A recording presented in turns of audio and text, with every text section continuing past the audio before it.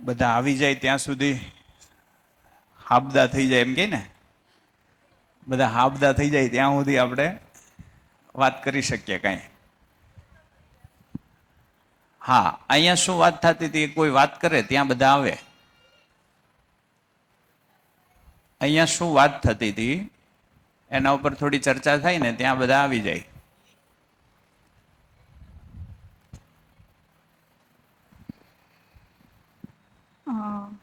માનવ છે એ જીવન અને શરીરનું સંયુક્ત સ્વરૂપ છે. જીવનને નિરંતર સુખની પ્યાસ છે. શરીરને વસ્તુ જોઈએ. હા, શરીરને વસ્તુ જોઈએ અને જીવનને ભાવ જોઈએ. બરાબર. શરીરમાં કઈ ક્રિયાઓ જોઈ શકાય? ભૌતિક અને રાસાયણિક ક્રિયાઓ શરીરમાં ચાલતી હોય. અને જીવનમાં કઈ ક્રિયાઓ ચાલતી હોય? જીવન ક્રિયાઓ. જીવન ક્રિયાઓમાં કઈ? આશા, વિચાર અને ઈચ્છા, એ ક્રિયાઓ જીવનમાં ચાલતી હોય. તો આપણે ત્યાંથી આગળ વધવાના હતા. હજી બધા આવે છે. એ સિવાય કોઈ વાત કરવા માંગતું હોય કોઈ બાબત ઉપર?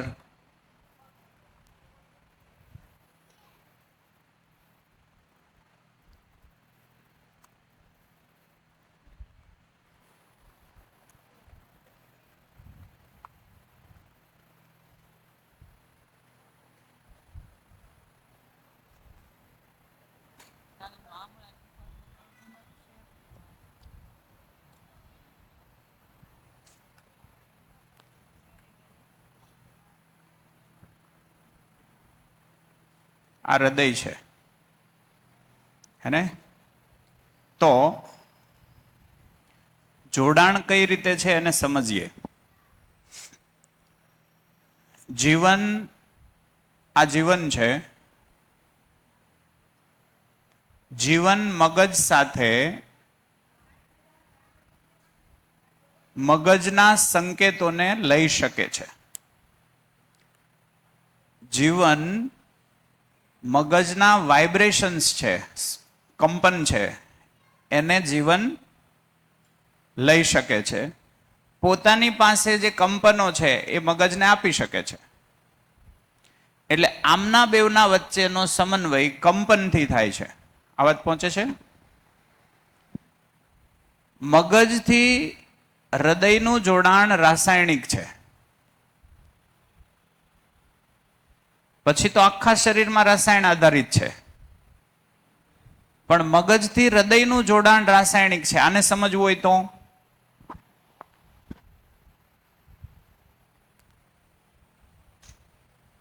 શું કહેવાય રહ્યું છે? જીવનમાં આશા, વિચાર, ઈચ્છા હોય.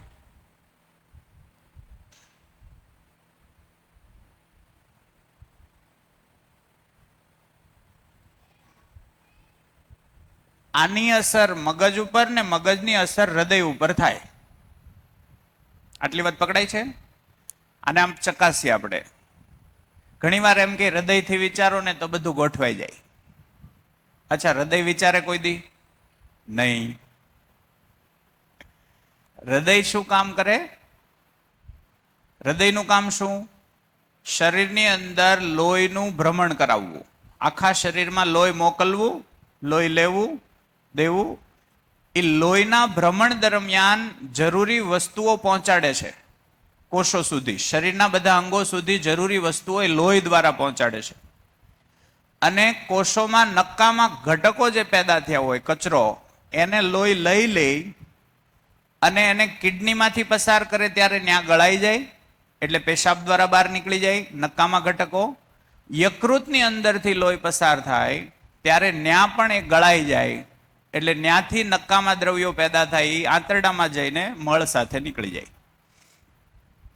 એ જ રીતે આખા શરીરમાં ઉત્પન્ન થયેલો કાર્બન ડાયોક્સાઇડ ઈ લોહી ફેફસામાંથી પસાર થાય ત્યારે ફેફસા છે એમાં કાર્બન ડાયોક્સાઇડ છોડી દે એટલે ઉશ્વાસમાં કાર્બન ડાયોક્સાઇડ બહાર નીકળી જાય.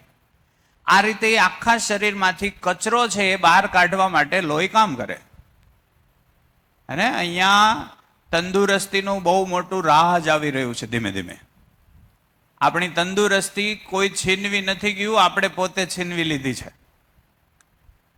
અસ્તિત્વગત રીતે શરીર તંદુરસ્ત રહેવા ટેવાયેલું છે કે બીમાર પડવા?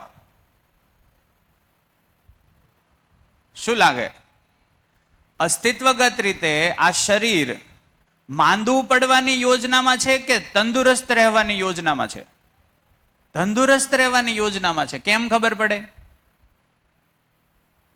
એ કેમ ખબર પડે કે આ શરીર તંદુરસ્ત રહેવાની વ્યવસ્થા છે? એ કેમ ખબર પડે? કોઈ રિપેરિંગ કામ કોઈ જગ્યાએ વાગે તો રિપેરિંગ કામ જાતે જ થાય છે કે નહીં? રૂજ આવવાની ક્રિયા એ અંદર વ્યવસ્થા જ છે. ઠીક છે ને? તો અંદર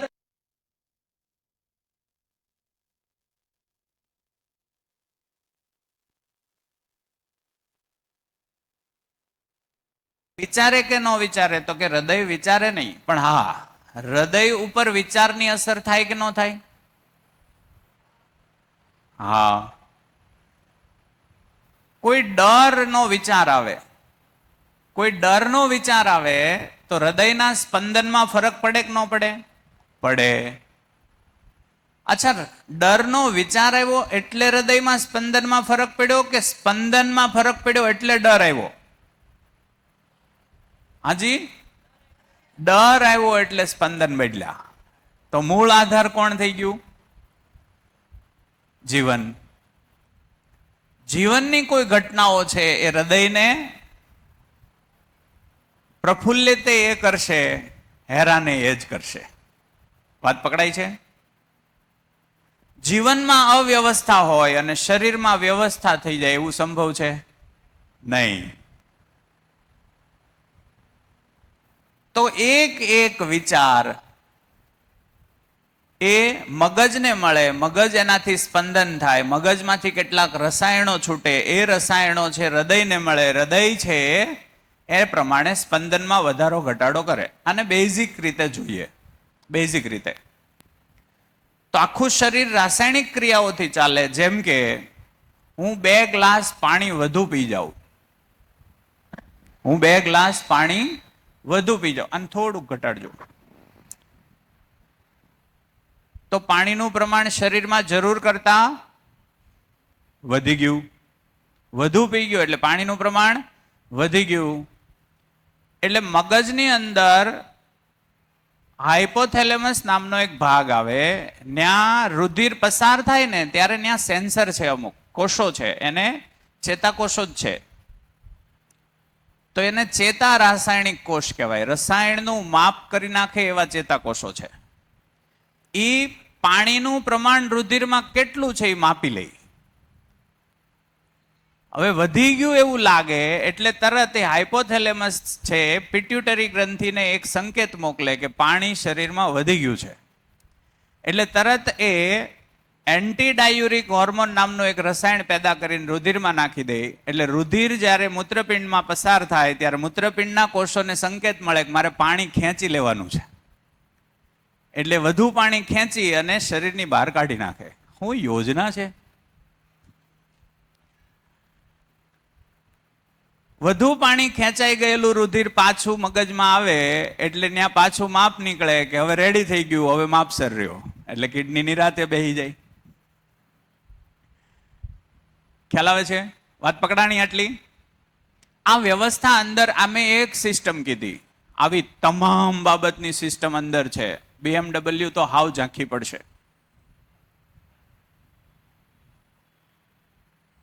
તો આ વ્યવસ્થા આપણી પાસે છે, અંદર છે. ઠીક છે ને? હવે થાય છે શું? હવે સમજી લો કે જીવન છે એમાં વિચાર છે. જો આજકાલ બીમારી વધી કે ઘટી? બીમારી વધી કે ઘટી? વધી. ડોક્ટરો વધ્યા કે ઘટ્યા? બોલો.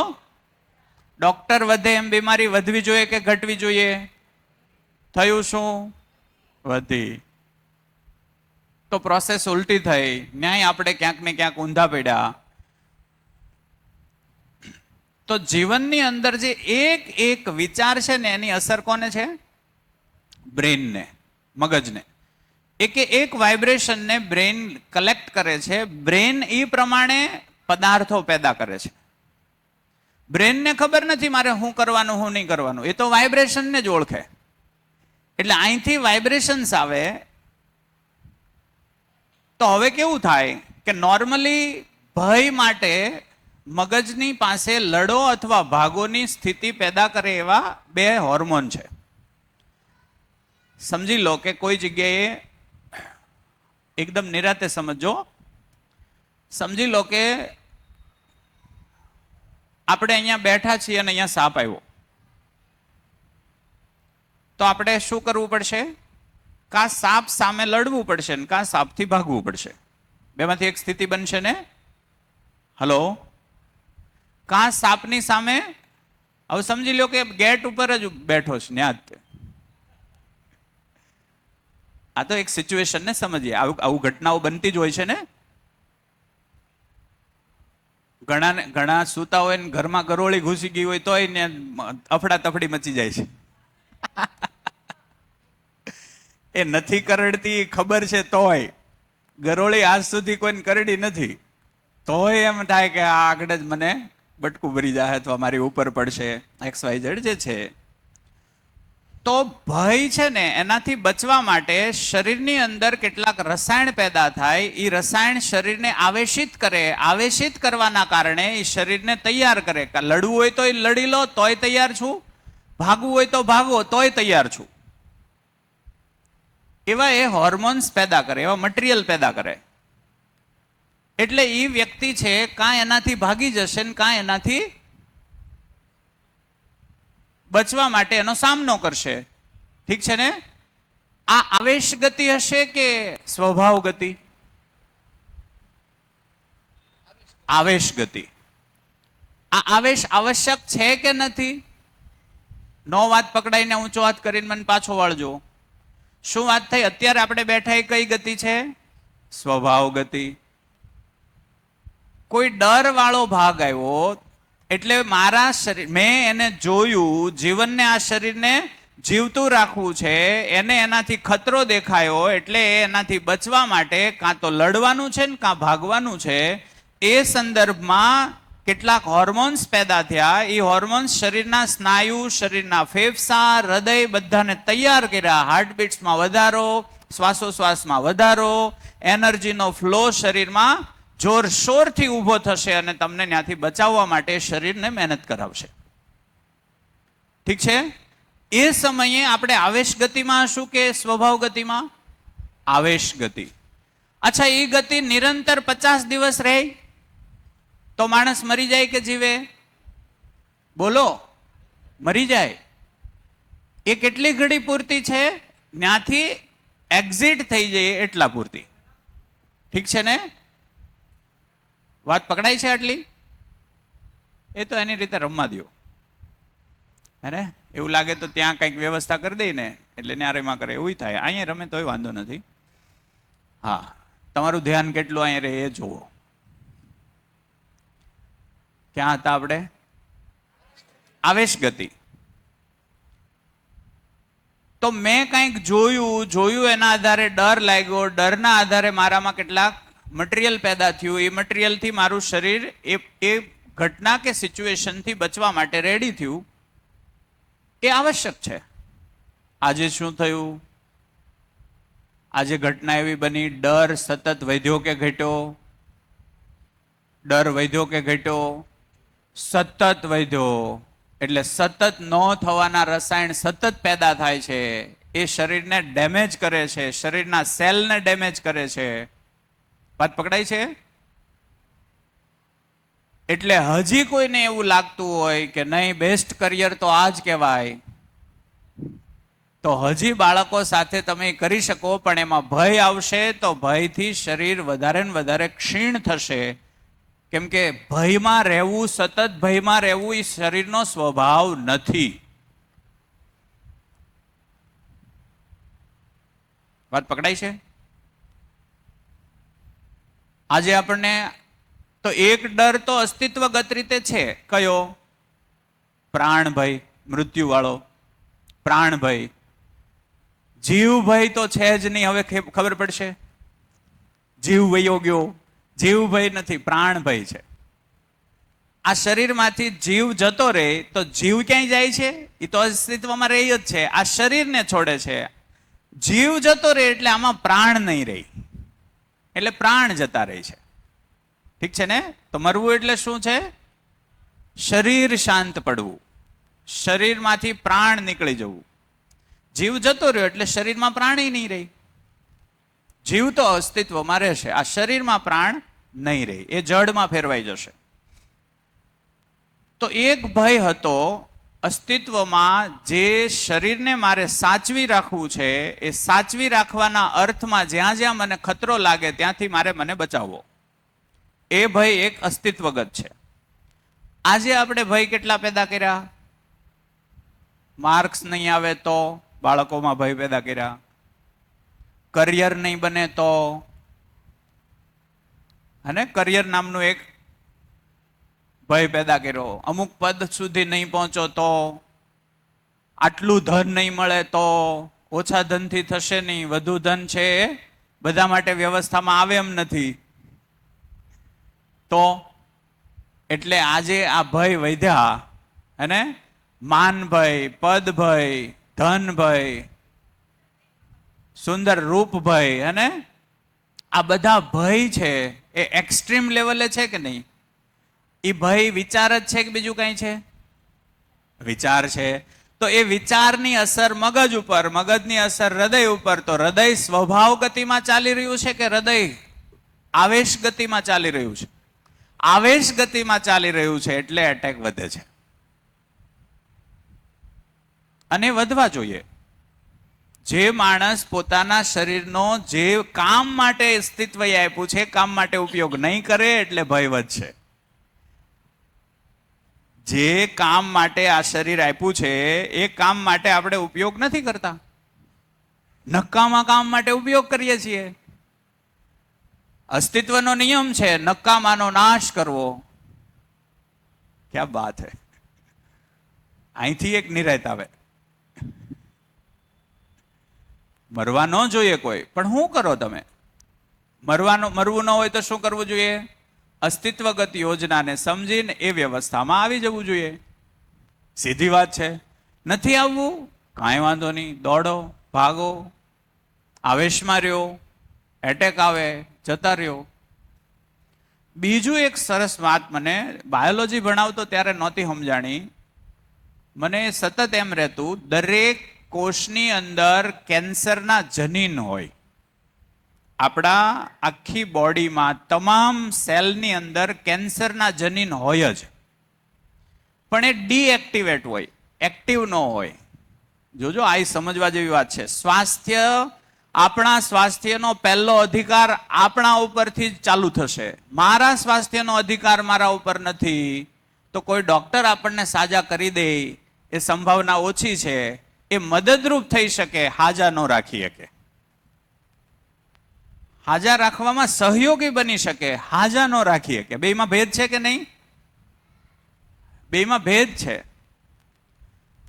તો હું બાયોલોજી ભણાવતો, હજી ભણાવું, તો એમાં એક આવતું કેન્સર જનીન. કેન્સરના આપણી અંદર જીન્સ આવે, જનીન આવે, ડીએનએ. મને એમ થતું કે હાલા કેન્સર તો નકામી વસ્તુ કહેવાય, એ શું કામ આપણા શરીરમાં હશે? તો હવે ખ્યાલ આવ્યો. હું ખ્યાલ આવ્યો? કોઈ વસ્તુ જે કામ માટે છે એ કામ માટે ન વપરાય તો એને ડિસ્ટ્રોય કરવાની વ્યવસ્થા કુદરતે એમાં ને એમાં મૂકી છે. આ શરીર શેના માટે છે? આ ધરતીને ઉથલ પાથલ કરવા માટે છે, સમાજમાં ભય ફેલાવવા માટે છે, બીજાનું શોષણ કરવા માટે છે? નહીં. એ કરીએ તો અસ્તિત્વગત શરીરનો ઉપયોગ થયો કે અસ્તિત્વથી વિરુદ્ધ? અસ્તિત્વથી વિરુદ્ધ. એના કારણે મારી જ અંદર બુમરેંગ, મારી જ અંદર તણાવ વધશે કે ઘટશે? પ્રદૂષણ વધવાથી આપણને જીવવાનો ભરોસો વધ્યો કે ઘટ્યો? પ્રદૂષણ વધવાથી આપણો સ્વાસ્થ્યનો કે જીવવાનો ભરોસો વધ્યો કે ઘટ્યો? જોરથી ઘટ્યો, ઘટતા ભરોસામાં વિચાર સ્થિર થાય કે અસ્થિર થાય? અસ્થિર સ્થિતિમાં જીવનના વાઇબ્રેશન કોને જાહે? મગજને. મગજના વાઇબ્રેશન કોને જાહે? હૃદયને. હૃદય તણાવપૂર્વક કામ કરશે. તણાવપૂર્વક થયેલો દરેક કોષ ઉપર તણાવ ઉપર અથવા તો પ્રેશરથી કામ થાય છે. પ્રેશરમાં સતત કામ થાય એટલે એની અંદર રહેલા જનીન એક્ટિવ થાય, હે? અને એ શરીરને ખતમ કરે. તો કેન્સર પહેલા આટલા બધા નહોતા, આજે કેમ વધ્યા? આજ ટ્રીટમેન્ટ વધી તોય કેન્સર વધ્યા. આટલી ચર્ચાથી શું શું ધ્યાનમાં આવે છે, ક્યાં અસહમતિ બને છે એ જુઓ. અસહમતિ બનતી હોય તોય જુઓ, સહમતિ બનતી હોય તોય જુઓ. જી હલો. તો એવું કહે છે કે ખોરાક અથવા તો ફ્રૂટ જે લઈએ છીએ એમાં દવાનો ભાગ આવે છે, એ ખાઈએ એટલે કેન્સર થાય છે, એવું કહે હા, છે. એને માપો. દવા શું કામ નાખીએ આપણે? વધુ ઉત્પાદન માટે. વધુ ઉત્પાદન શું કરવું તું? પૈસાવાળું થવું તું. પૈસાવાળું થઈને મારે શું થવું? પૂર્ણ થવું. પૈસાથી પૂર્ણ થવાય એવી યોજના અસ્તિત્વમાં નથી, એટલે પ્રેશર તો એ પ્રેશર જ થયું. ના સમજી થઈ કે બીજું કઈ થયું? અસ્તિત્વને બગાડવામાં જ કામ કર્યું કે નહીં આપણે? ના, તમે તમે એવું કીધું કે આપણી અંદર કેન્સરના જે શું કહેવાય, જનીન હોય. જનીન હોય જ છે. તો એ અંદર હોય છે અને આ જે બધું ખાઈએ એ બહાર હોય છે. ખાઈએ એટલે અંદર જાય. હા. અંદર જાય એટલે કોષ સુધી પહોંચે. નકામું દ્રવ્ય કોષ સુધી પહોંચ્યું એટલે કોષને એ દ્રવ્યોને બહાર કાઢવામાં વધુ મહેનત કરવી પડે. વધુ પડતી મહેનત એક હદ સુધી કરીએ કે એક હદ કરતા મહેનત વધી જાય એટલે પછી એના ઉપર ભારણ વધે એટલે નો ઉત્પન્ન થવાના દ્રવ્યો પેદા થવા માંડે એટલે તરત કેન્સરના જનીન એક્ટિવ થાય. એને કેન્સર ઉપર, કેન્સરના કોષો ઉપર અભ્યાસ કરજો તમે, એટલે વધારે તમને થોડો એક્ઝેક્ટલી ભાગ છે ખુલશે. કેન્સર છે જે રસાયણો નથી અંદર નાખવાના એ આપણી અંદર ગયા. અસ્તિત્વ એ નાખ્યા કે માણસે આ પેદા કરેલું છે બધું? માણસે પેદા કરેલું. જેમ કે મારે સિઝનમાં ફ્રૂટ આવે ત્યારે ખાવ તો મને કાંઈ વાંધો નથી, પણ મારે ઓફ સિઝનમાં એ ફ્રૂટ ખાવા છે તો હું શું કરીશ? પ્રિઝર્વેટિવ્સ નાખીશું. એમાં પ્રિઝર્વેટિવ્સ નાખીશું એટલે શું થાય? રસાયણો નાખ્યા. એ ખાધું એટલે સ્વાદ મળ્યો, શરીરને બળતરા વધી, શરીરને તણાવ વધ્યો, એટલે એક કોષ એક હદ કરતા વધુ તણાવમાં જાય એટલે એની અંદર આ જનીન એક્ટિવ થાય. એક શબ્દ વાપર્યો છે મુક્ત મૂલકો, એવો શબ્દ છે મુક્ત મૂલક. મુક્ત મૂલક શબ્દ એવો છે કે એવા રસાયણો અંદર ઉત્પન્ન થવા જેની શરીરમાં જરૂર જ નથી, અથવા એવા રસાયણ અંદર નાખવા જેની શરીરમાં જરૂર નથી. હવે જે રસાયણની જરૂર નથી જાહે ને તો એ ન કરવાના જગ્યાએ પ્રક્રિયા તો કરશે જ. કોઈ કોષમાં ગયો, ત્યાં જઈને એને નથી કરવાની પ્રક્રિયા કરી તો કોકને હારે જોડાણો, એટલે જ એને જ્યાં જોડાવાનું હતું ત્યાં એ હવે નહીં જોડાય કે એટલે ત્યાં ખામી સર્જાણી. આવી આખી ચેઇન છે. વાત પકડાણી કઈ? મેં હું કીધું ખ્યાલ? સમજી લો કે એક સેલ છે, અને આપણે સાદી રીતે સમજવું છે, હાવ સાદી રીતે. જેમ કે બીડી પીએ ને એટલે ધુમાડામાં કાર્બન મોનોક્સાઇડ અંદર જાય. ઠીક છે? કાર્બન મોનોક્સાઇડ છે ને એ લોહીમાં રહેલા હિમોગ્લોબિનમાં ઓક્સિજનનું જોડાવું અને કાર્બન મોનોક્સાઇડનું જોડાવું. તો હિમોગ્લોબિન છે ને, ધારો કે હિમોગ્લોબિન છે HB, એને ઓક્સિજન મળે અને CO મળે તો એ વધારે મેક્સિમમ આની હારે જોડાઈ જાય છે. આની હારે જોડાવું એ વધારે પસંદ કરે છે. એનો બેયનું જોડાણ એકદમ ઝડપથી થાય છે. આ ન હોય તો આ જોડાય, તો આ બીજા નંબર પર આ છે. ઠીક છે? હવે થાય હું, જ્યારે બીડી ન પીએ તો આ ઉત્પન્ન નહીં થાય, ફેફસામાં નહીં જાય. કેમ કે અસ્તિત્વમાં ખુલ્લો આ એમને નથી, અમુક વસ્તુ બાળીને જ આ પેદા થાય છે. તો ઓક્સિજન તો અસ્તિત્વમાં એક્ઝેક્ટલી છે જ 21%. તો જે આપણે હવા લઈએ છીએ એમાં ઓક્સિજન વધારે છે એટલે એ તરત જોડાઈ જાય. એ શરીરમાં વ્યવસ્થાના ભાગરૂપે કામ કરશે. આ જાહે ને ફેફસામાં એટલે આને જોડાવા નહીં દે. ઠીક છે, આને જોડાવા નહીં દે, આને જોડાવા નહીં દે, આ જોડાઈ જાહે એટલે શરીરને જેની જરૂર છે એ નહીં મળે. નથી જરૂરી આવ્યો. હવે નથી જરૂરી અંદર ગયો તો એને પાછો કાઢવો હોય તે બહાર તો કાઢવો ને પાછો. કાર્બન મોનોક્સાઇડ અંદર ગયો તો એ હવે શરીરમાં જાહે. શરીરમાં જાહે જે કોષમાં જઈને બેસે ત્યાં એનું કામ જ નથી. એટલે કામ નથી એટલે કોકની હારે પ્રક્રિયા કરી લે તો જે કામ ન હતો એનું કામ બગાડ્યું. આવું માણસોમાં થાય છે કે નથી થતું? ઓલું નથી કહેતા નવરો નખોદ વાળે, એ મુક્ત મુલક એટલે ઈ નવરો નખોદ વાળે એવી કહેવત છે આપણી. એ ઘર ભાંગે બે અને વ્યવસ્થા ખોરવે તો ખોરવવાનું કામ થાય. એવી જ રીતે કાર્બન ડાયોક્સાઇડનું પ્રમાણ વધ્યું, કાર્બન ડાયોક્સાઇડનું પ્રમાણ વાતાવરણમાં વધ્યું તો એ પણ અસર કરે છે ધીમે ધીમે. એ શરીર ઉપર પ્રેશર આવે છે. તો એ વધ્યા હેના કારણે પ્રમાણ માનવીય પ્રવૃત્તિઓના કારણે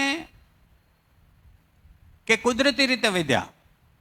તો માણસે કરેલી પ્રવૃત્તિઓના કારણે એ વધ્યા. એ ખ્યાલ આવશે. ઠીક છે ને? બીજું કોઈ આટલા વાતમાં કંઈ કહેવા માંગે છે? હાજી.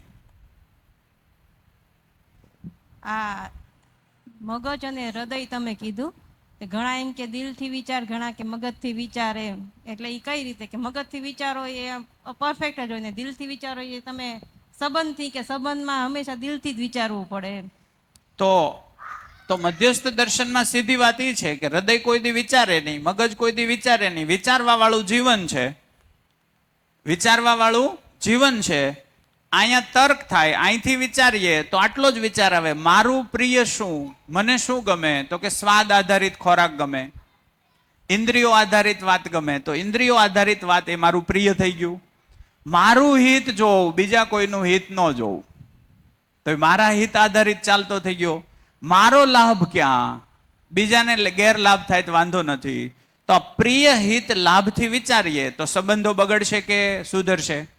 બગડશે. તો આ ભાગથી વિચારવાનું ચાલુ થાય એટલે કે ન્યાયથી વિચારવાનું ચાલુ થાય. તો પહેલો પ્રશ્ન આવે, ન્યાય શું છે? અને પહેલો મુદ્દો આવે, ઓલું નિરપેક્ષ ઉર્જા વાળું રહી ગયું છે. કોનો સવાલ હતો? હા, એ હું લઈ લઉં ને. હા, હું વાત હતી, ન્યાય શું છે? ન્યાય શું છે? તો કે બે વ્યક્તિ હોય,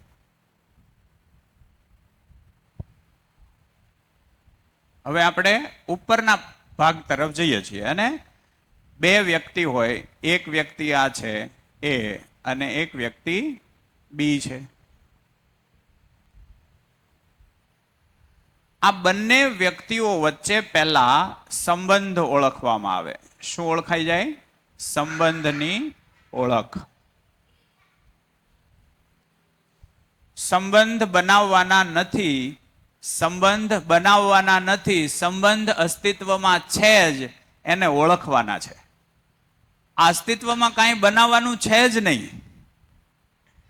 જીવન આ બધું ઓળખવા માટે છે, ઓળખવાનું જ છે, બનાવવાનું કાંઈ જ નથી. એટલે સંબંધની ઓળખ થાય. આ સંબંધ શું છે એના ઉપર આપણે ધીમે ધીમે જઈએ. દરેક સંબંધમાં ચોક્કસ મૂલ્ય જોડાયેલું હોય તો એ મૂલ્યની ઓળખ થાય.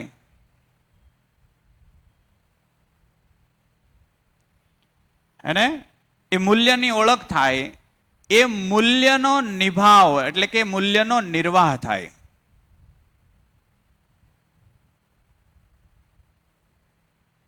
મૂલ્યનો નિર્વાહ થાય તો બંને પક્ષે એટલે વ્યક્તિ એને પણ તૃપ્તિ થાય અને વ્યક્તિ બીને પણ તૃપ્તિ થાય.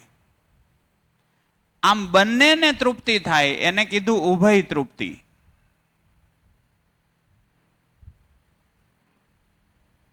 ઉભય તૃપ્તિ થાય તો ન્યાય થયો કહેવાય.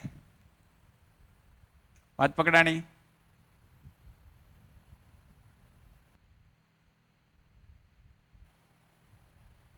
આને ખોલીએ ધીમે ધીમે વધુ, ઠીક છે ને? એક સંબંધમાં આપણે એને ચેક કરીએ, એક સંબંધમાં ચેક કરીએ. વ્યક્તિ એ અને વ્યક્તિ બી, બે વ્યક્તિ છે. ધારી લો કે વ્યક્તિ એ માં લઈએ માતા, બી માં લઈએ પુત્ર અથવા પુત્રી, ઠીક છે? બેવના વચ્ચેની સંબંધની ઓળખ થાય તો અસ્તિત્વગત રીતે જ માતા અને પુત્ર કે પુત્રીની ઓળખ શું? કઈ રીતે ખબર પડે આ માતા છે, આ પુત્ર છે? કેમ ખબર પડે? કરો, ચેક કરો. હાજી, માઇક લો, માઇક લો. બેઝિકલી તો જન્મ આપે, ફિઝિકલી ખબર પડે, જન્મ આપે એટલે માતા પુત્ર, હે ને? પણ અહીંયા કંઈક જુદી વાત છે. તો જન્મ તો શરીરનો થાય છે ને, જીવન તો અલગ વસ્તુ છે. તો જીવનથી સંબંધ શું? જીવનથી સંબંધ, હવે થોડી ગહનતા સાથે ઉતરજો, ઠીક છે ને? શરીરનો જન્મ થયો, એ શરીર સાથે કોઈ જીવન છે, એ જીવન શું કામ આવે છે? શું કામ આવે છે? સમજવા માટે, પૂર્ણ થવા માટે, ઠીક છે? તો પૂર્ણ થવા માટે આવે છે. તો એ પૂર્ણ થવા માટે એને શરીર જોશે કે નહીં જોઈએ? શરીર જોશે. તો માતા એટલે શું? તો કે પોષણ પ્રધાન સંરક્ષણ. શરીરનું સંરક્ષણ પણ કરે અને શરીરને પૂરેપૂરું પોષણ આપે. પોષણ પ્રધાન હોય, શરીરનું પોષણ કરે, જેથી મારો દીકરો ઇન્દ્રિયોથી, હાલવા ચાલવાથી તંદુરસ્ત રહે અને એને જે જાણવું છે એ જાણી શકે. એ ભાગમાં એ પોષણ આપે, એ રીતે પોષણ આપે. વાત પકડાય છે? અહીંયા બે ભાગ જોઈએ. એક માતા છે, એને મૂવી જોવું છે, બાળક એને કંઈક સવાલ પૂછે છે, એટલે એને કુરકુરિયા લાવીને આપે છે.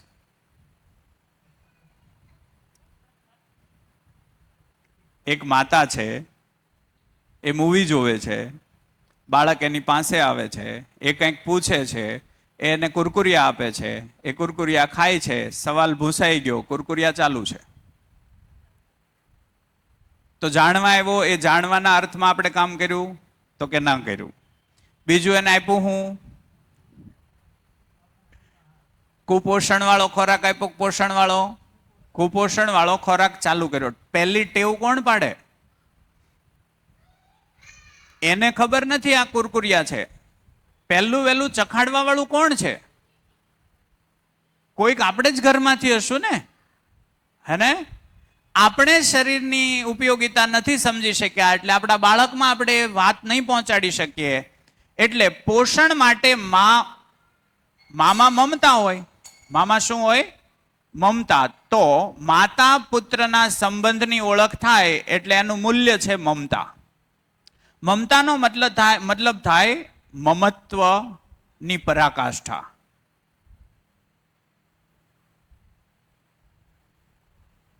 મમત્વની પરાકાષ્ઠા, મારાપણાનો પૂર્ણ ભાવ. તો એને નુકસાન પહોંચાડવું બરાબર મારું નુકસાન છે, એ ભાગમાં એની સ્વીકૃતિ હોય તો મમતા પ્રગટી કહેવાય. આના સંબંધમાં, આ સંબંધમાં આ મૂલ્ય જ્યારે પોતે માની અંદર ઝળકે, વહે, પ્રવાહિત થાય, એટલે મામાં ઉદારતા આવે. ઉદારતાથી મમતા વ્યક્ત થાય. મમતા દેખાય નહીં, ઉદારતા દેખાય. એટલે મમતાને સ્થાપિત મૂલ્ય કીધું છે. મમતાને શું કીધું? સ્થાપિત મૂલ્ય. સ્થાપિત મૂલ્ય. આને શિષ્ટ મૂલ્ય કીધું. શિષ્ટાચારમાં આ આવે. આ શિષ્ટ મૂલ્ય છે, આપણે એને શિષ્ટાચાર કહીએ છીએ, હે ને? સમજી લો કે એક માએ જન્મ દીધો, પણ એ આ મૂલ્ય ન નિભાવી, પણ દાદીમાએ આ મૂલ્ય નિભાવ્યું, તો દાદીમાં માં છે. દાદીમાં કે માં આ મૂલ્ય ન નિભાવી શક્યા, પિતા આ મૂલ્ય નિભાવે છે, તો પિતા માં છે. આ મૂલ્યનો નિર્વાહ કરે એ માં, પાત્ર ગમે તે હોય. ક્યા બાત હે. બાળક જે હેતુથી આવ્યું છે એ હેતુ માટે પૂર્ણ રીતે સમર્પિત હોય.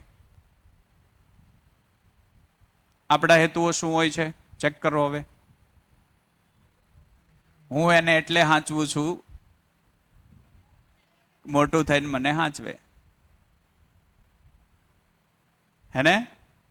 હું એટલે હાંચવું છું કે મોટું થઈને મને એ હાંચવે. અને તોય હાંચવે છે કે નથી હાંચવતા? નથી હાંચવતા. કેમ કે ડર પૂર્યો કોણે? એ મેં કોઈ મારા હેતુથી હાંચવો, નહીં કે એના હેતુથી. એના હેતુમાં મારો હેતુ સમાયેલો છે કે નહીં? હા.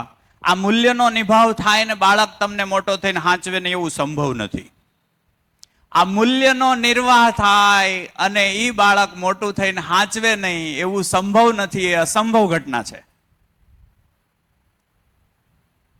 એક પરિવારમાં મૂલ્યથી જીવાતું હોય અને પરિવારનો બાળક નફટ થાય એવી સંભાવના બહુ જ ઓછી છે, બહુ જ રેર છે.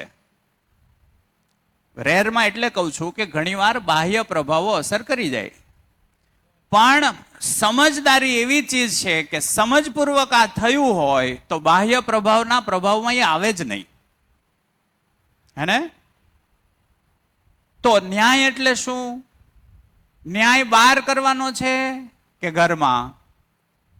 ન્યાય બહાર કરવાનો છે કે ઘરમાં? જોરથી બોલો. ઘરમાં. આપણે ક્યાં શોધીએ છીએ? બહાર. શેરીમાં મારી સાથે ન્યાય થવો જોઈએ. આપણા બાળક સાથે આપણે ન્યાય કરીએ છીએ કે નહીં? 2.5 વર્ષનું બાળક રિક્ષામાં નાખે ત્યારે માનું હૃદય નહીં દ્રવી જતું હોય?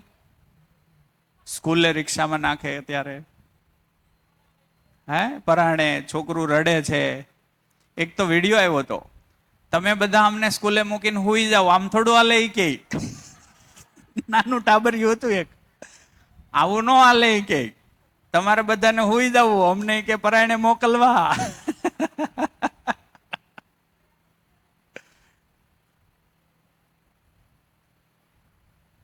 અને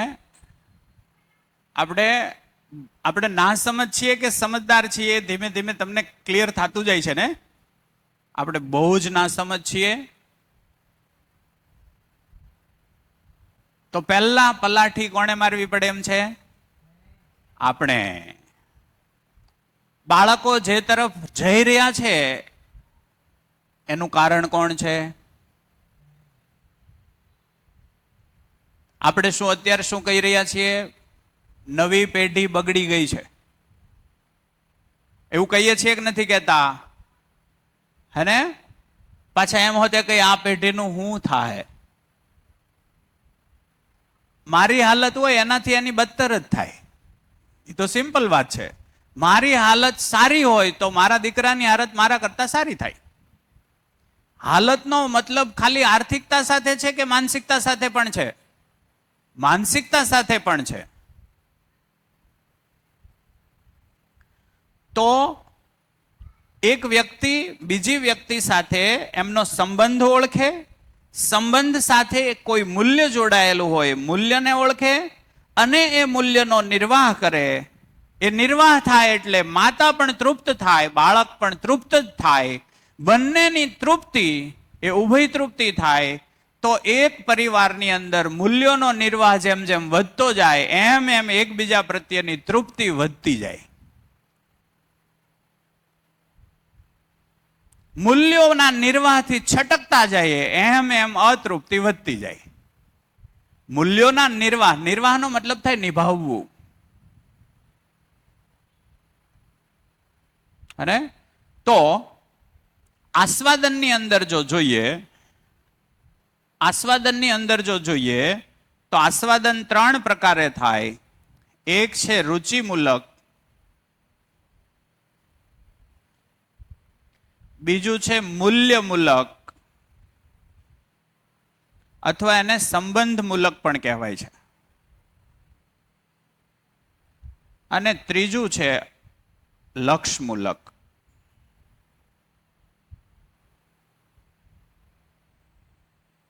આને આપણે એક જુદી રીતે જોઈએ. દાખલા તરીકે આસ્વાદન રુચિમૂલક, મૂલ્યમૂલક અને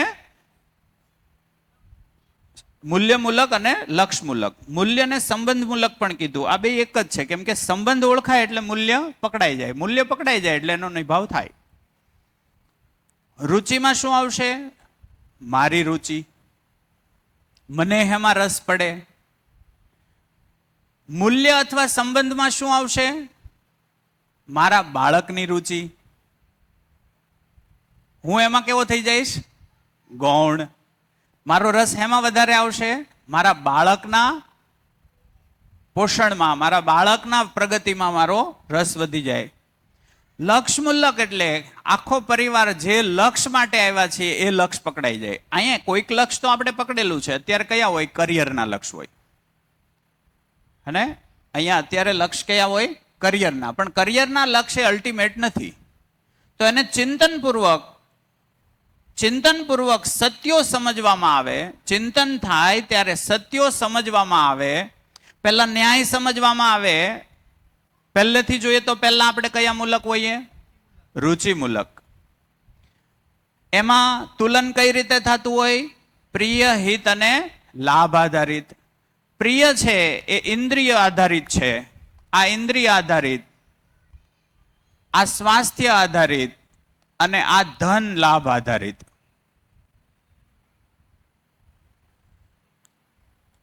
આપણને ચકાસતા જઈએ. આપણે આટલી જિંદગી જીવ્યા છીએ, એમાં આમાં છીએ કે નથી એને ચેક કરતા જઈએ તો આ જીવન ક્રિયાઓ સ્પષ્ટ રીતે દેખાતી જશે.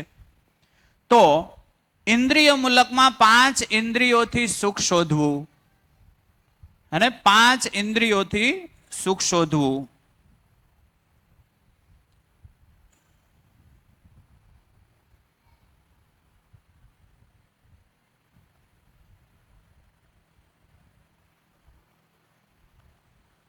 એટલે એને કીધું કામ. ઠીક છે ને? કામ એટલે શું? ઇન્દ્રિયોમાંથી સુખ શોધવું.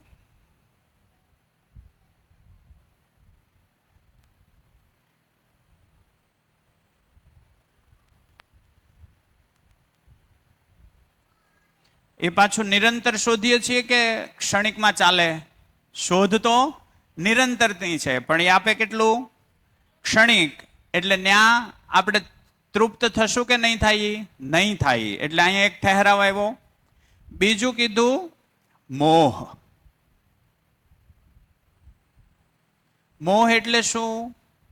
તો કે વ્યક્તિમાંથી સુખ શોધવું.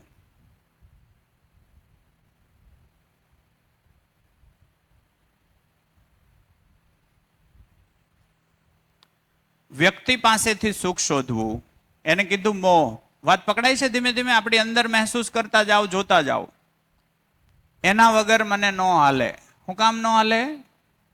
એ ઇન્દ્રિયોના સાપેક્ષમાં અથવા મારા શરીરની સુરક્ષાના સાપેક્ષમાં કંઈક ઉપયોગી છે, એટલે મને એના વગર ન હાલે.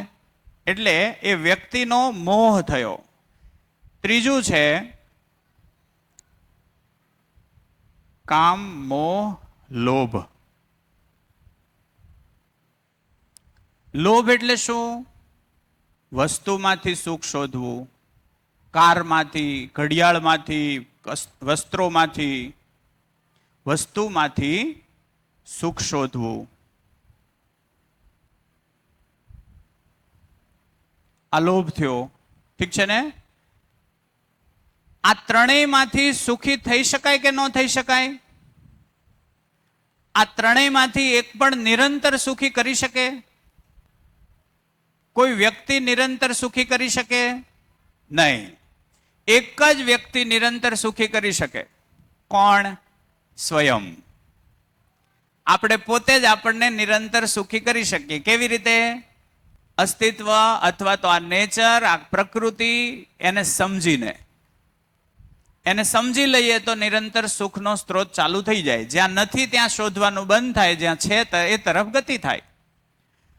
આ ત્રણેયમાંથી મળે કે ન મળે? આમાંથી સમસ્યાઓ આવી વધારે કે સુખ આવ્યું? આમાંથી શોધવામાં, જેમ કે કામ, ઇન્દ્રિયોથી સુખ શોધવાની ક્રિયામાં મેક્સિમમ સ્પર્શેન્દ્રિયો દ્વારા સુખ શોધવાની ક્રિયાઓ ચાલી, હે? સેક્સ ઇન્દ્રિયોમાં એ ચરમસીમા પર છે. એ સિવાય ખાવું, સ્વાદ લઈને, તો એ ઇન્દ્રિય દ્વારા, એટલે ત્યાં પણ કામ. કંઈક સૂંઘીને હું અત્તર છાંટીને બીજાને પ્રભાવિત કરું, હું પ્રભાવિત થાવ, તો એ પણ એક પ્રકારનું ઇન્દ્રિયમાંથી લીધેલું સુખ છે. ઠીક છે? કંઈક જોઈને કે કંઈક સાંભળીને, એ રીતે આપણે ઇન્દ્રિયોમાંથી સુખ છે શોધવાનો પ્રયત્ન કરીએ. મ્યુઝિક સાંભળીને, મને આ ગીત બહુ ગમે, ઓલું ગીત બહુ ગમે. તમે આમ જુઓ તો ગીતોની ક્વોલિટી ધીમે ધીમે છીછરી થઈ કે ઊંડાણવાળી આવી? છીછરી થઈ. મ્યુઝિક રહ્યા ખાલી. આપણે ત્યાં સુધી ગયા કે આપણા જ ઘરની અંદર લગ્ન હોય ને આપણે ગીત વગાડી નાખીએ છીએ કે મંગળવારની રાતે રાઈટ લબ જબાદબ થાય, એ વગાડી નાખીએ છીએ ને તોય કૂદી લઈએ છીએ. આપણે ભાનમાં છીએ કે અભાનમાં છીએ ખબર નથી. ગીત મને ગમે છે, એ ગીતનો બીટ્સ સારા છે, પણ એમાં ઘરમાં કોઈ છોકરું હોય અને એ થોડુંક વિવેકી હોય અથવા તો એ શબ્દોને ગ્રહણ કરવા વાળું હોય, તો એનાથી કંઈકનું કંઈક ચિત્રણ બની જશે કે નહીં બને? એનું ચિત્રણ બનશે કે નહીં બને? એનું ચિત્રણ બની જ જશે. જે સાંભળે છે એનાથી ચિત્રણ બનશે, જોવે છે એનાથી ચિત્રણ બનશે, બનશે જ. એ ગીતને તમે આખું ક્યારેક, જેમ ગંગા સતીના ભજનને આપણે કેમ તોડીને આમ ખોળીને બધું કાઢીએ, અર્ક કાઢીએ, એમ એ ગીત નહીં, ક્યારેક જોજો જ ખરા, તોડજો એટલે ખબર પડશે. પછી આપણે એમ કહીએ કે આપણા છોકરાઓ ભાગી જાય, શું કરે? એ મસાલો આખો આપણે આપણા ફળિયામાંથી જ આપ્યો છે, હે? તો કામ, મોહ, લોભ, આ ત્રણેયમાંથી સુખ મેળવે, ટ્રાય કરે, ન મળે છતાં પ્રયત્ન કરે, એને છોડે જ નહીં, એટલે આવે મદ. હે ને? મદ એટલે શું? અહંકાર. એટલે કે આમાંથી નથી મળતું છતાં પ્રયત્ન ચાલુ રાખે, એ મદ. નથી મળતું, આમાં મળે છે કે નથી મળતું? નથી મળતું, એ ધીમે ધીમે ખબર પડી જાય, તોય ત્યાંથી શોધ ચાલુ રાખે. એને શું કહેવાય? પેલું કે ના પાડે તો એ કરે, તો એ મદ થયો. તો મદ આવે, મદનો મતલબ થાય વારંવાર નિષ્ફળ જવા છતાં ત્યાં જ પ્રયત્ન ચાલુ રાખવો. ઠીક છે ને? આમ ન થાય છેવટે તો એને ક્રોધ આવે. કઈ તરફ વળશું? નીચે વળીએ. ક્રોધ. હે ને? પોતે નિષ્ફળ થયો, પોતાની અયોગ્યતા. શેની અયોગ્યતા? એને જોઈએ છે શું? સુખ. ગોતે છે ક્યાં? નથી ન્યા. નહીં મળે તો પછી ટોપલો કોના ઉપર? બીજા ઉપર, એટલે ક્રોધ. ઠીક છે ને? એટલે અયોગ્યતા છે, અયોગ્યતાનો અન્ય પર પ્રક્ષેપણ કરે, એને કીધો ક્રોધ. અન્ય પરે કરે ને પોતાના ઉપર કરે, પોતાને ને પોતાને બ્લેડ મારી દે. આજકાલના પ્રેમમાં આ બહુ વહેલું છે, હે ને? નસ કાપી નાખે. પ્રેમમાં પડ્યા પછી પ્રેમમાં ધોખો મળ્યો. આવું થાય છે ને? એક ઘટના બનેલી બગસરામાં, એક સાથે 40 છોકરાઓએ બ્લેડ મારી કાંડા ઉપર, મહિના પહેલા.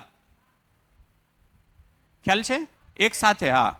એ લોકો કંઈક ગેમ રમતા હતા અને ગેમમાં ટાસ્ક આવ્યો કે બ્લેડ મારો બધા, એટલે બધાએ મારી.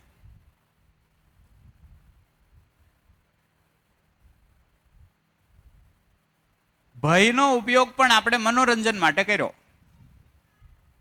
ભયનો ઉપયોગ આપણે એના માટે કર્યો, સુખ શોધવા માટે. બ્લેડ મારીને જોઈએ કે કેમ થાય, સુખી થવાય કે નહીં, મજા આવી ગઈ, પાછા એનો મજા હોતે લઈ. તો આ શું છે? એક પ્રકારનો સૂક્ષ્મ ક્રોધ છે, અને ક્યાંકથી સુખ શોધવાનો પ્રયત્ન છે. જો એક વસ્તુ ધ્યાનથી જુઓ, આ પેઢી ઓછા સુખે ચાલે એવી નથી.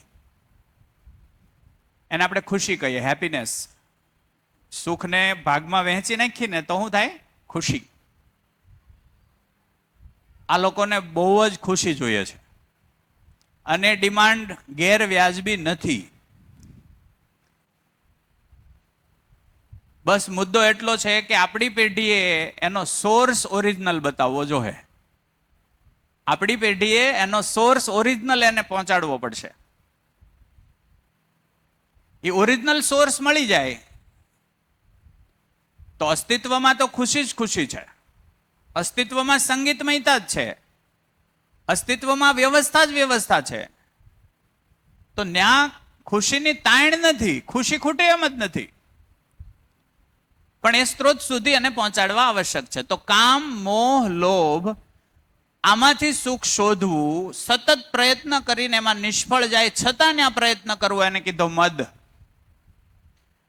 એ પ્રયત્નમાં નિષ્ફળ જાય પછી પોતે અયોગ્ય ઠહેરાણો, એ બીજા ઉપર આક્રોશ નાખે, એટલે નુકસાની કરી આવે માર્કેટમાં, દાજ ઉતારે બાળક ઉપર.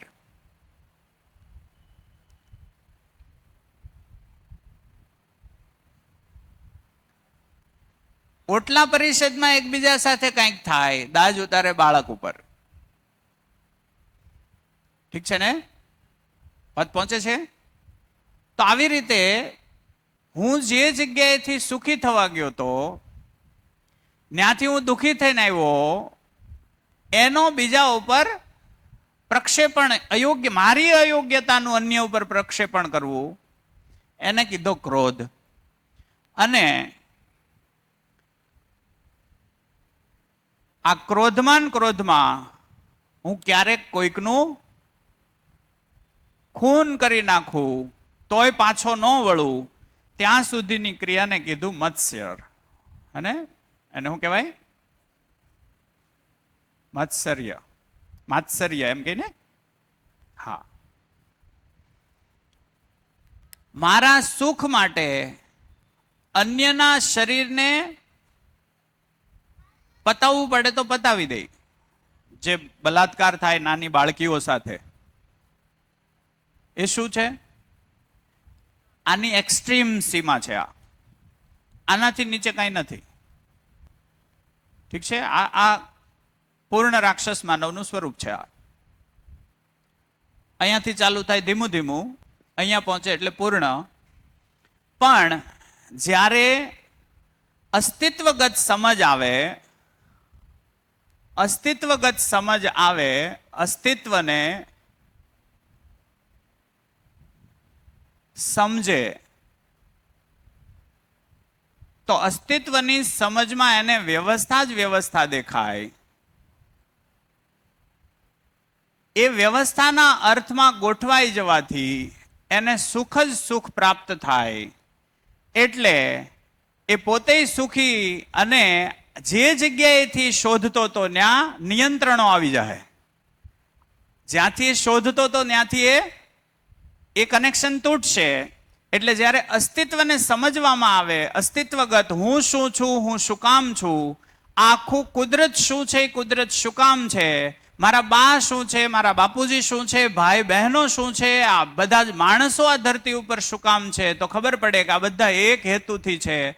સમજવા માટે જ તે જ્ઞાન લેવા માટે શરીર ધારણ કરે છે. તો એ ભાગ સમજાતાની સાથે પોતે તે જ્ઞાનથી સુખમાં જતો રહે, જ્ઞાનપૂર્વક સુખમાં જતો રહે, એટલે બધી સમજથી સુખ પ્રાપ્ત થાય. એટલે કામ છે, કામ કોના પ્રત્યે હોય? ઇન્દ્રિયો પ્રત્યે. એટલે કામ છે એમાં અસ્તિત્વગત રીતે જ, કામ છે એમાં અસ્તિત્વગત રીતે શરમ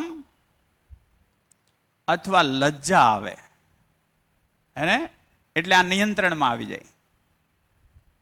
શું આવી જાય? અસ્તિત્વગત રીતે, અસ્તિત્વને સમજવાથી મારામાં મર્યાદા ફૂટે અને એ મારા કામને નિયંત્રણમાં લઈ લે, મારામાં એ પ્રકારની એક લજ્જા છે ઉદ્ભવે કે આવું ન કરાય, આ યોગ્ય નથી, આ વ્યાજબી નથી, આ અસ્તિત્વગત નથી. એનો વિવેક છે આપમેળે પ્રગટે. ક્યારે? અસ્તિત્વને સમજવામાં આવે ત્યારે. જે ખુશી હું અહીંથી શોધતો હતો એનાથી ઊંચી ખુશી મને મળી ગઈ, તો હું અહીંયા ટીંગાઈશ કે નહીં ટીંગાવું? હવે નહીં, અહીંથી મારું બંધન મુક્ત થશે. અહીંયા જેટલું કામ હશે એટલા પૂરતું જ રહેશે. પુત્ર પ્રાપ્તિ માટે એ આવશ્યક છે એટલા પૂરતું સેક્સ રહેશે. મનોરંજન અહીંથી હટી જાહે, કેમ કે મનોરંજન એના માટે હતું, ખુશી માટે. ખુશીનો સ્ત્રોત મને ક્યાંથી પ્રાપ્ત થયો? અસ્તિત્વની સમજથી. એટલે અહીંથી નાની નાની તૂટક ખુશીઓ છૂટી જાય, મૂળભૂત સ્ત્રોત પ્રાપ્ત થાય, એટલે અહીંથી આપણું બંધન તૂટે. એટલે અસ્તિત્વ સહજ એમાં શરમ અથવા લજ્જાનો હિસ્સો છે પ્રગટે, એટલે એમાં અસ્તિત્વ સહજ મર્યાદા આવે. વાત પહોંચે છે? વાત પહોંચે છે? એવી જ રીતે મોહ, તો મોહમાં અતિ અપેક્ષા હોય કે માપસરની અપેક્ષા હોય? અતિ અપેક્ષા હોય.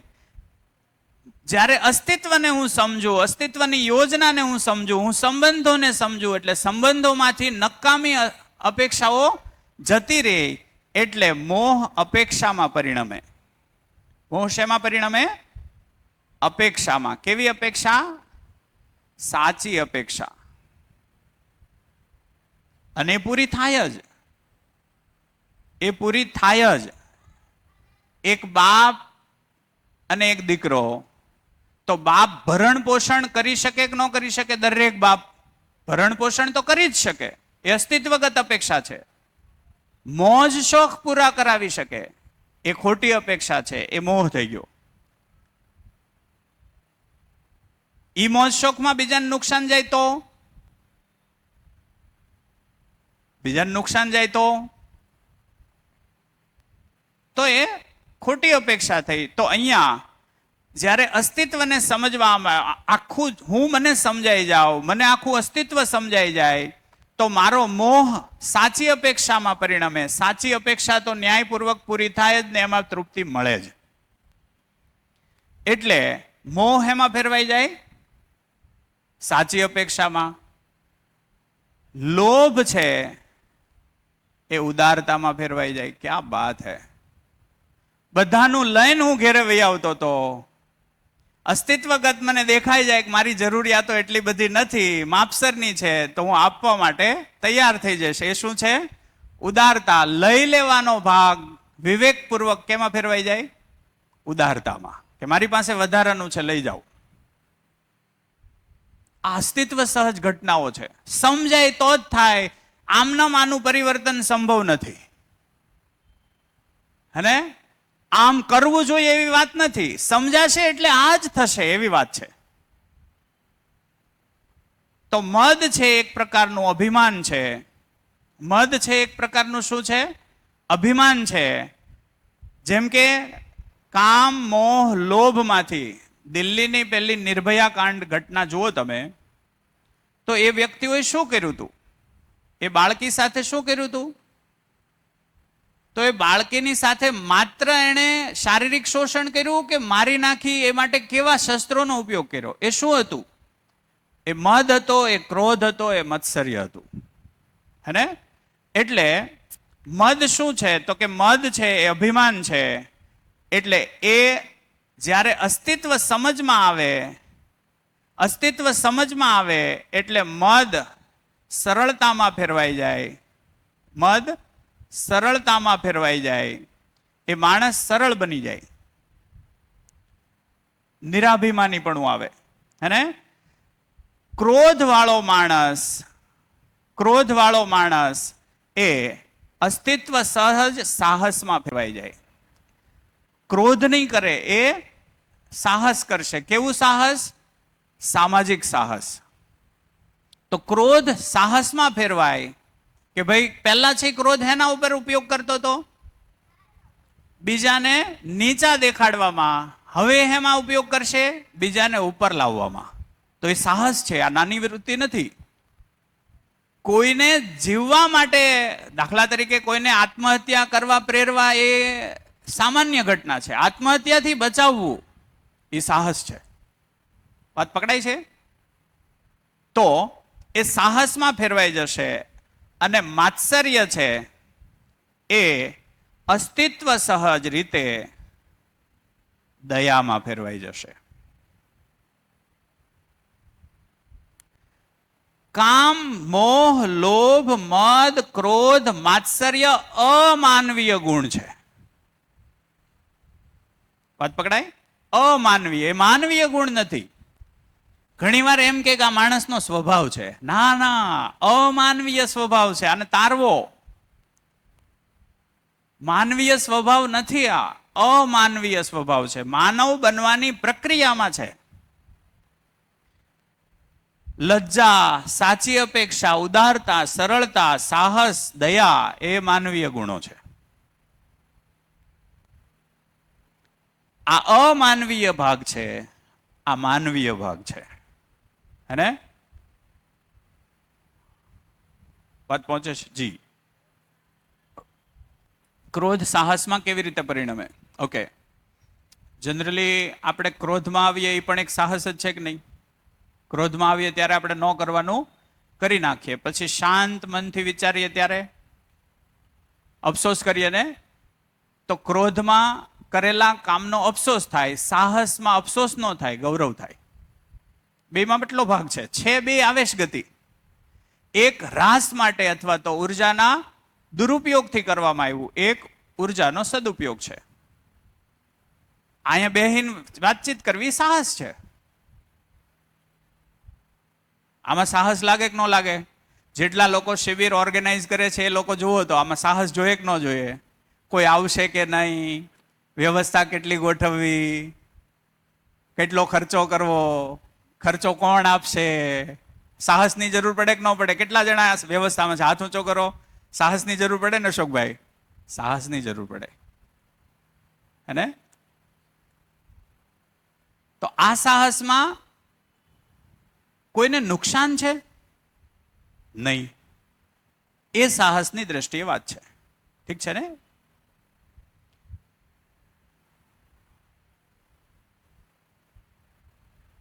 કઈ કેવું છે કોઈએ?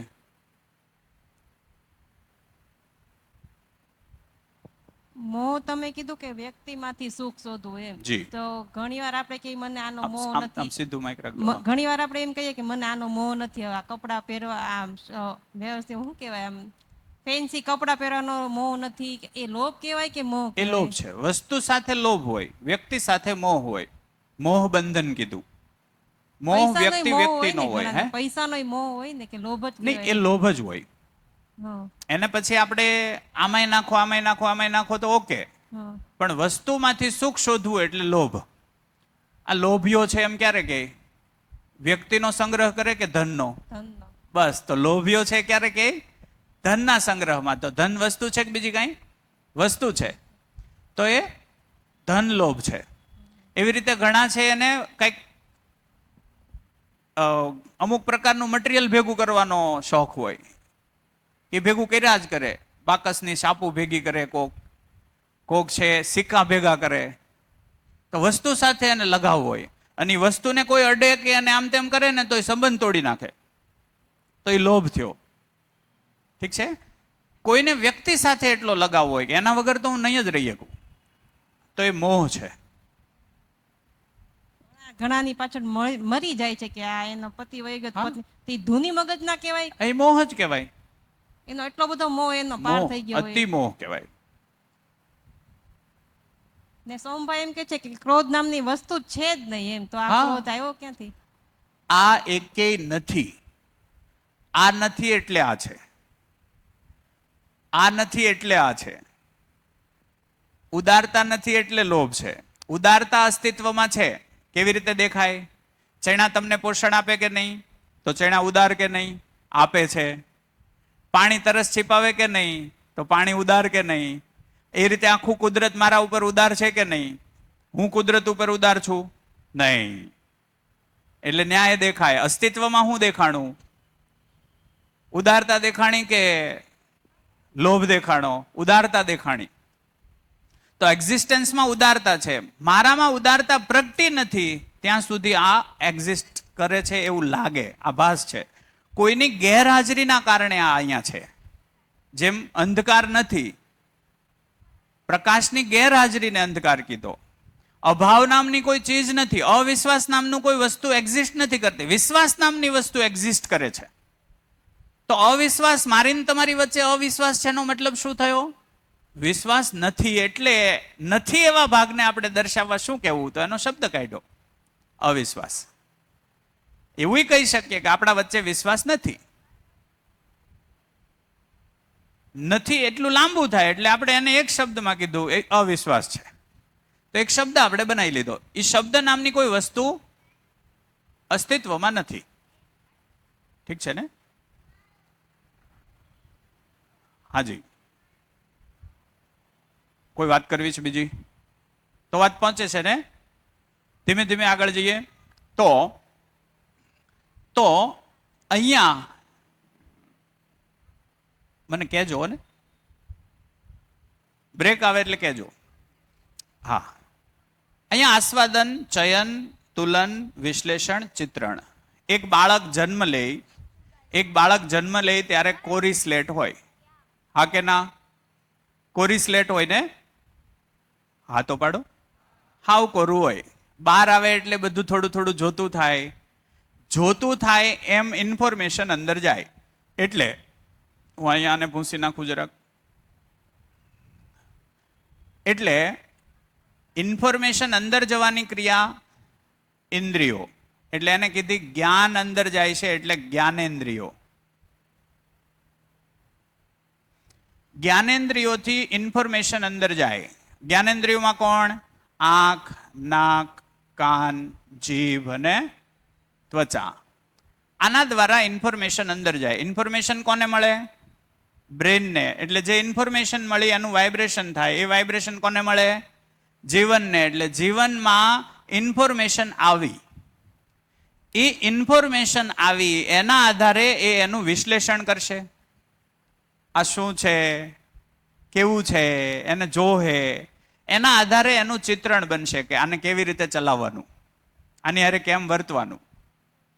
જેમ કે ગરમ તપેલી પાસે રમે છે, અચાનક એનું તપેલી સામે બાળકનું ધ્યાન ગયું. એને તો કૌતૂહલ છે કે આ શું છે, તો જોવા ગયો, અડ્યો એટલે શું થયું? ઇન્દ્રિયોએ કોઈ વિશિષ્ટ તાપમાન વાળો ભાગ લીધો એટલે બળતરા થઈ. બળતરા બાળકને પહેલેથી અસ્તિત્વના એ કેટલાય શરીર યાત્રાઓ પાસ કરીને આવ્યો છે. એટલે એને એ ખબર છે કે આનાથી આઘું રહેવાય, શરીરને દજાડે. એટલે એક વારે એને ઓળખી લીધું એટલે તરત જ એ ભાગ એક્ટિવ થઈ ગયો કે ભાઈ આ બળતરા વાળો ભાગ છે. એટલે એને ત્યાંથી હાથ લઈ લીધો. ફરી પાછો તપેલી જોશે એટલે તપેલીનું એક ચિત્રણ બની ગયું ને. ફરી પાછી તપેલી જોશે, ટાઢી હશે તોય અડશે નહીં. ચિત્રણો તો બની જ જાય છે. ઠીક છે ને? પછી ધીમે ધીમે એને ખ્યાલ આવે, કોઈ શીખવાડે કે ગરમ છે કે ઠંડી છે, એમ આમ અડીને જોઈએ કાંઈ. એટલે પછી એમાંથી શીખે કે અચ્છા આવી રીતે જોવાય. આ રીતે આ ક્રિયાઓ બધી જ ચાલતી હોય કે નહીં? જેમ કે તપેલીને અડ્યો તો પહેલા એને ચયન કર્યું કે હાલો અડીએ. ચયન કર્યું. ચયન કરતાની સાથે આસ્વાદન કેવું આવ્યું? ધાર્યું તું એવું કે અણધાર્યું? ન ગમતું આસ્વાદન આવ્યું. ન ગમતું આસ્વાદન એટલે રસ ન પડ્યો એટલે વિશ્લેષણ થયું કે આવું ન કરાય, આનાથી આઘું રહેવાય. એટલે તરત તુલન થયું, આ મારા પ્રિય કે આ મારા હિતમાં નથી એટલે ચિત્રણ બની ગયું કે આનાથી આઘું રહેવાય. તો આ તપેલીની વાત થઈ. આવી જ રીતે ધીમે ધીમે એક એક વસ્તુ છે એનામાં આવતી જાય. વાત પકડાય છે? અને એ એનાલિસિસ કરતો જાય, એ ચિત્રણો બનાવતો જાય. એ ચિત્રણો છે એ અહીંયા બનતા જાય છે. જો ઘરમાં કોઈ ચિંતનશીલ માણસ હોય તો ચિત્રણો સાચા બની શકે એવું બને. એટલે એમ કહીએ કે આ બાળક છે એ ખાલી છે. આ માન્યતાઓનું બોક્સ છે અને આ માન્યતાનું બોક્સ છે. આમાં પરિવારની માન્યતા છે, સમાજની માન્યતા છે, શિક્ષણની માન્યતા છે, એના પૂર્વજન્મની માન્યતાઓ છે. માન્યતાનું બોક્સ છે અને આ અસ્તિત્વગત સમજ છે. આ રીતે આને સમજીએ. આ બાળક છે, આ એનો પરિવાર છે, સમાજ છે, ધર્મ છે અને શિક્ષણ છે. એનાથી બનેલું આ બોક્સ છે. ઠીક છે. હવે શું કરશે? આમાં જે માન્યતાઓ પડી છે એ આમાં જાહે કે નહીં? ધર્મના આધારે ધર્મ શું છે? તો બાળક સાચું સમજવા આવ્યું છે. આપણે એને એ ચાન્સ આપીએ છીએ કે આપણી માન્યતા નાખી દઈએ છીએ? આપણી માન્યતા નાખી દઈએ છીએ. અસ્તિત્વગત ધર્મ શું છે? એ અહીંયા છે. અસ્તિત્વગત ધર્મ, કુદરતમાં ધર્મ શું છે? અસ્તિત્વગત ઇન્ફોર્મેશન અહીંયા છે. એ અસ્તિત્વ છે આખું. તો અસ્તિત્વમાં ધર્મની સમજ છે જ, પણ એ મને નથી મળી. કેમ કે મેં પણ મારું ચિત્રણ કોઈ માન્યતા, મારા દાદાની માન્યતા, મારા બાની માન્યતા, મારા બાપુજીની માન્યતા અથવા તો સમાજની માન્યતા આધારિત મેં બનાવી હતી. મેં કોઈ દી ચિંતન કર્યું જ નથી કે ધર્મ શું છે. ચિંતન કરવું એટલે શું? ધર્મ સામાન્ય બાબત છે કે ઊંચી ઘટના છે? જોરથી કેમ આમ ચાનો મૂડ થઈ ગયો છે? ટપ પડે છે? ધીમે ધીમે જાય ને, ધીમે ધીમે. ઓકે. ધર્મની આપણી માન્યતા શું છે? ધર્મ શું છે? માઇક લ્યો કોઈ. એક સંપ્રદાય છે. માઇક લ્યો. હલો. હાજી. તિલક ચાંદલાથી ઓળખાય. પ્રતિક આધારિત કે ભાઈ ટીલું કરો એટલે ધર્મ, કપડાથી ઓળખાય. ચાંદલો કરો એટલે કોઈ ચોક્કસ ધર્મ. એમાંય પાછા આપણે આકાર આપ્યા કે આ આકાર એટલે આ ધર્મ, આ આકાર એટલે આ ધર્મ. ઠીક છે. બાળક આમને પૂછે કે આ જ ધર્મ છે? તો બાળક આપણને પૂછે, અચ્છા ચાંદલો કરીએ એટલે ધર્મ, ચાંદલો ન કરે તો અધર્મ? તો આપણી પાસે જવાબ છે કે નથી? નથી. બીજું ફરજ નથી તો આપણે શું કરશું? એક જ મિનિટ. નથી તો આપણે શું કરશું?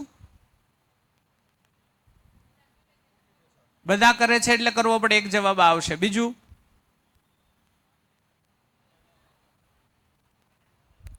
હાજી. અત્યારે તને ના સમજ પડે, આ બીજો જવાબ. ત્રીજું?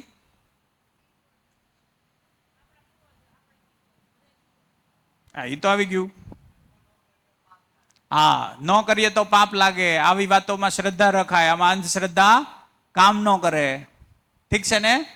અચ્છા, સમજ્યા વગર કોઈ વસ્તુ સ્વીકાર થાય તો એ ડર પેદા કરશે કે નિર્ભય બનાવશે? ડર પેદા કરશે.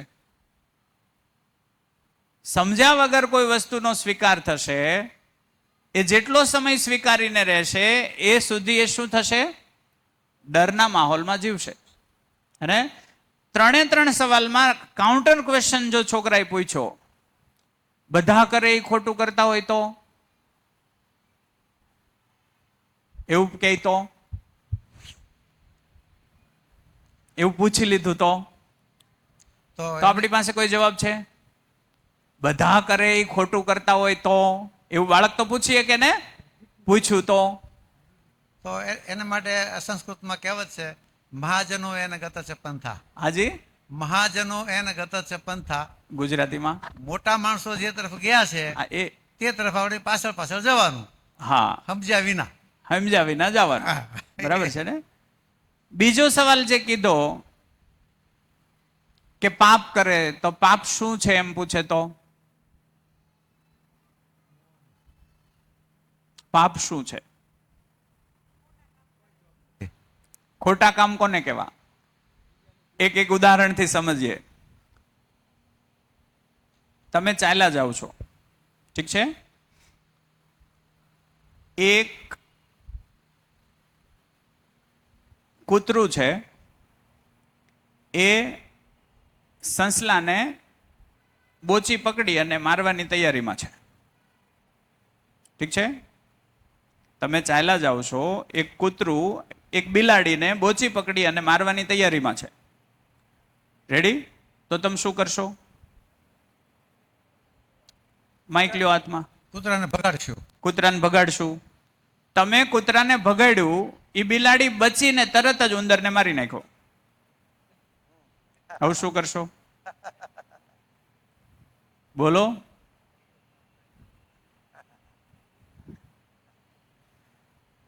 કયો?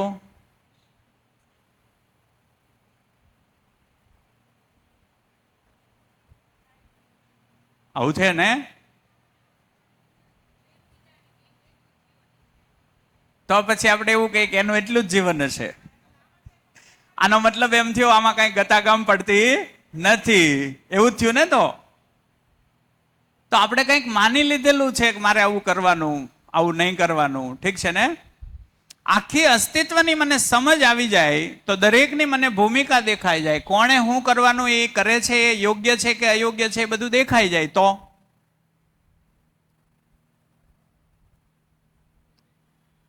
તો ખોટા ચેન ચાળા કરવા હું નહીં જાઉં. તો એ જે પહેલો પડાવ છે, કૂતરાને બિલાડીને કૂતરાથી બચાવ્યું, એ મને તૃપ્તિ આપનારું છે. પણ બીજા જ ઝાટકે ત્યાંથી બિલાડી છૂટી પડીને સસલાને ઉંદરને મારી નાખ્યું, એ મને ઊંઘ ઉડાડનારું છે. એવું થયું કે નહીં? અચ્છા, બીજી રીતે એવું વિચારો કે જ્યાં જ્યાં કૂતરા મીંદડાને મારી નાખે ત્યાં તમે હાજર છો. તો અસ્તિત્વની કોઈ યોજના છે, એની રીતે ચાલી રહી છે. આપણે કમસે કમ માણસને ન મારીએ. આપણો અધિકાર ક્યાં છે? એ એની રીતે થવા દો. તમે બધા સિંહને અટકાવી દેશો હરણને મારવાનું તો બોલો. તો સિંહ મરી જશે, હરણની સંખ્યા વધી જશે. હરણની સંખ્યા વધી જાય તો ઘાસ ઘટશે. આ તો આખી ચેન તૂટે છે. તો અસ્તિત્વની મને કોઈ સમજ નથી, એટલે મને એવું લાગે છે કે મેં આ કર્યું એ પાપ છે ને આ કર્યું એ પુણ્ય છે. એક્ઝેક્ટલી પાપ અને પુણ્ય છે એ માણસ સુધી જ આપણે પારખી શકશું. મારા તન મન ધનનો સદુપયોગ એ પુણ્ય. સદુપયોગ એટલે શું? જાગૃતિના ક્રમમાં વાપરવામાં આવે. જાગૃતિનો ક્રમ એટલે શું? ધરતીને નુકસાન ન કરે એ માટે એ વપરાય, સમાજને ભય ન પહોંચાડે એ માટે એ વપરાય, પરિવારનું શોષણ ન થાય એ રીતે એ વપરાય. હેને? આ રીતે વપરાય તો હું પોતે તૃપ્ત કે અતૃપ્ત? તૃપ્ત. આખા જગતનો હવાલો મારો છે નહીં. તો કૂતરો કૂતરાની રીતે જે ફોડવું હશે એ ફોડી લેશે. આપણે નહોતા એ પહેલા કૂતરા હતા કે નહોતા? આપણે પહેલા કે પશુઓ પહેલા? બોલો. પશુઓ પહેલા. ત્યારે કોણ કોને બચાવતું હશે? વાત પકડાય છે ને? તો આપણે યોજનાઓ છે એને જો સમજી લઈએ, અસ્તિત્વને જો સમજી લઈએ, તો અસ્તિત્વમાં દરેકની ચોક્કસ ભૂમિકા છે. અસ્તિત્વમાં દરેકની ચોક્કસ ભૂમિકા છે. જો તમને અહીંયા તમે લગભગ કર્મ દર્શન, માનવ કર્મ દર્શન ભણશો. એક બુક છે, અહીંયા છે. આ પેલા સેટ જેણે મંગાવ્યા હતા ને એ આવી ગયા છે. અને નિકિતાબેન જેણે ફોન કરીને આપણને કીધું હતું ને, ક્યાં ગયા? હા, એને ફોન કરીને કહી દેજો સેટ આવી ગયા છે. અહીંથી જ લઈ જાય તો આપણે પાછા ઉપાડીને લઈ જવા નહીં. કર્મ દર્શનની અંદર એક જગ્યાએ એક વાત આવે છે કે નર અને નારી શું કામ બન્યા? શરીર. નર અને નારી શરીર શું કામ બન્યા? એક લેવલ સુધી પ્રાણ અવસ્થા છે. પ્રાણ અવસ્થા એટલે વનસ્પતિ. વનસ્પતિ પછી જ્યારે એમાંથી વનસ્પતિના ફળ હળે, એમાંથી જે કીડા પ્રગટ્યા, એક કીડા આજે પ્રગટે છે ને, આજે એ ઘટના ચાલુ જ છે. અસ્તિત્વમાં જે ઘટનાઓ પહેલા ઘટિત થઈ એમાંની ઘણી ખરી આજે રનિંગ જ છે. એને તમે ટેબલ ઉપર સફરજન મૂકી દો તો કીડા બહારથી જાય કે અંદરથી જ આવે? બોલો, અંદરથી જ આવે છે. એનો મતલબ એમાં રૂપાંતરણો છે જ, આજે છે. અસ્તિત્વમાં આવું ઉત્ક્રાંતિમાં બની ગયું તો તઈ હતું એવું જ નથી, અત્યારે છે જ. ઠીક છે? તો એ કીડા મકોડા બન્યા, તો એ કીડા બનવામાં પછી એક સમય એવું હતું કે એક શરીરમાંથી બીજું શરીર બની જતું હતું. તો ધીમે ધીમે આગળ જતા બે શરીરમાંથી એક શરીર બને એવી યોજના શું કામ આવી? અંડજ પિંડજ રચનાઓ શું કામ આવી? આવો પ્રશ્ન છે અમારે ત્યાં થયો.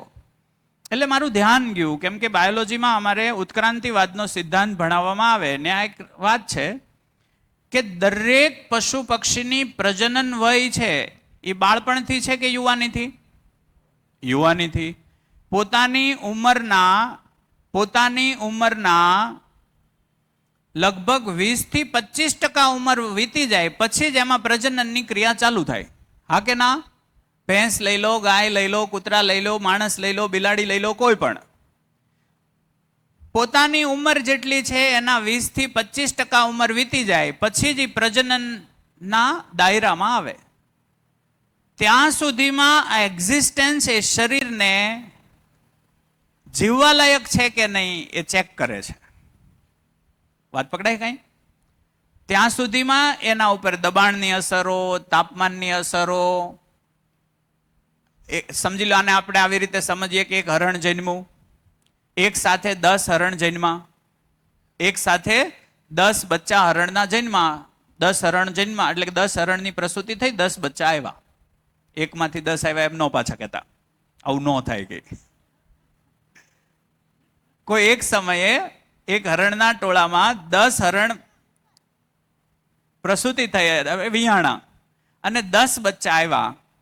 10 બચ્ચામાંથી એના ઉપર તડકો અસર કરશે કે નહીં કરે? કરશે. એ તડકામાં એ શરીર સક્ષમ હશે એ ટકશે કે અસક્ષમ ટકશે? સક્ષમ ટકશે. વાતને સમજજો એટલે ધીમે ધીમે ખ્યાલ આવે કે કોને વહી જવાનું છે, કોને રહેવાનું છે. અસ્તિત્વગત રીતે આ શું છે એ યોજના સમજાય. એટલે 10 હરણના બચ્ચા હોય, એમાંથી એક છે, સમજી લો કે એને 2-3 દિવસમાં લૂ લાગીને મરી ગયું. એનો મતલબ શું થયો? એનું શરીર વર્તમાન તાપમાનો સહન કરવા માટે યોગ્ય નહોતું. તો એ શરીરમાંથી બચ્ચું જન્મે તો કેવું જન્મે? અસક્ષમ. પ્રકૃતિમાં સર્જન છે, પ્રકૃતિમાં હ્રાસ નથી. એટલે એક બચ્ચું સમજી લો કે એમાંથી એક ગુજરી ગયું.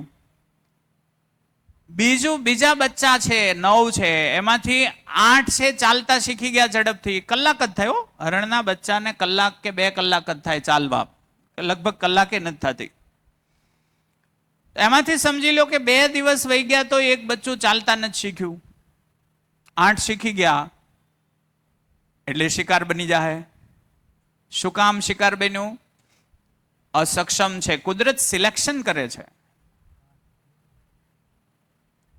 કે સક્ષમ છે, જે જીવનને જીવવાની આશા છે એ આશા સક્ષમ શરીરમાં પૂરી થશે કે અસક્ષમમાં? સક્ષમ શરીરમાં. એટલે ઈચ એન્ડ એવરી ટાઈમ એ સક્ષમ બનાવવાનો પ્રોસેસમાં છે, અને એ પ્રોસેસમાંથી આ શરીર બનેલું છે. માનવ શરીર આ રીતે બધા જ પશુઓમાંથી ઇવોલ્વ થતા આજે આપણે આ શરીર બન્યું છે. એટલે એમ કીધું ઉત્તમ શરીર માનવનું છે. તે ઉત્તમ તરફની ગતિ કઈ રીતે થઈ? આ રીતે. વાત પહોંચે છે? તો અસ્તિત્વમાં ક્યાંય ડિસ્ટર્બ કરવા જેવું નથી. ખાલી હું મને ડિસ્ટર્બ ન કરું એ પુણ્ય છે, હું મને ડિસ્ટર્બ કરું એ પાપ છે. આપણે આપણને જ ડિસ્ટર્બ કરીએ એટલે હું મારા ભાવ અને વિચાર ઉપર મારો નિયંત્રણ ન આવે એવી સ્થિતિમાં હું જીવું. એટલે હું સતત કોને ડિસ્ટર્બ કરીશ? હું સતત કોને ડિસ્ટર્બ કરીશ? આ શરીરને.